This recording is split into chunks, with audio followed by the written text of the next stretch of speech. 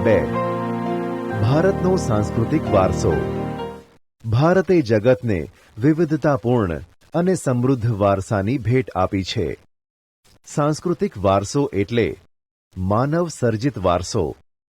માનવીએ પોતાના કુનેહ, બુદ્ધિ ચાતુર્ય, આવડત અને કલા કૌશલ્ય દ્વારા જે કંઈ પ્રાપ્ત કર્યું કે તેનું સર્જન કર્યું તેને સાંસ્કૃતિક વારસો કહેવાય.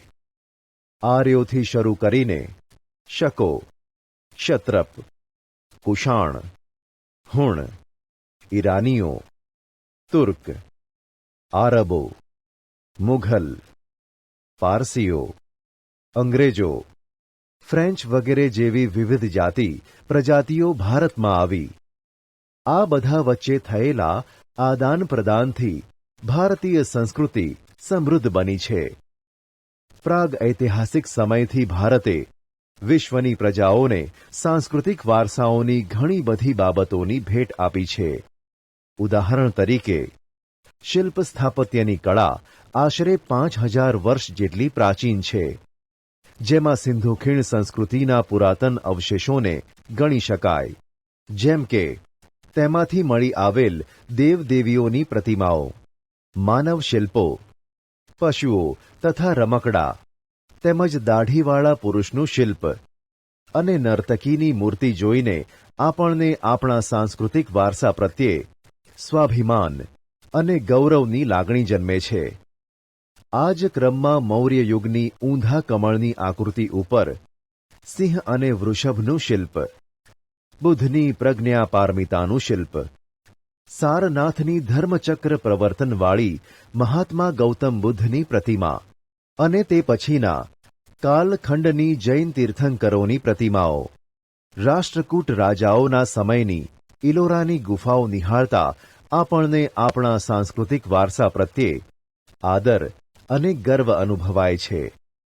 આપણા સાંસ્કૃતિક વારસામાં મંદિરો, શિલાલેખો, સ્તૂપો, વિહારો, ચૈત્યો, મકબરા, મસ્જિદો, કિલ્લાઓ, ગુંબજો, રાજમહેલો, દરવાજા, ઇમારતો, ઉત્ખનન કરેલા સ્થળો તેમજ ઐતિહાસિક સ્મારકોનો સમાવેશ કરી શકાય. આપણા સ્વાતંત્ર્ય સંગ્રામના ઐતિહાસિક સ્થળો જેવા કે સાબરમતી આશ્રમ, દાંડી, બારડોલી, વર્ધા, શાંતિનિકેતન, કોલકાતા, દિલ્હી વગેરે પણ સાંસ્કૃતિક વારસા તરીકે ઓળખી શકાય.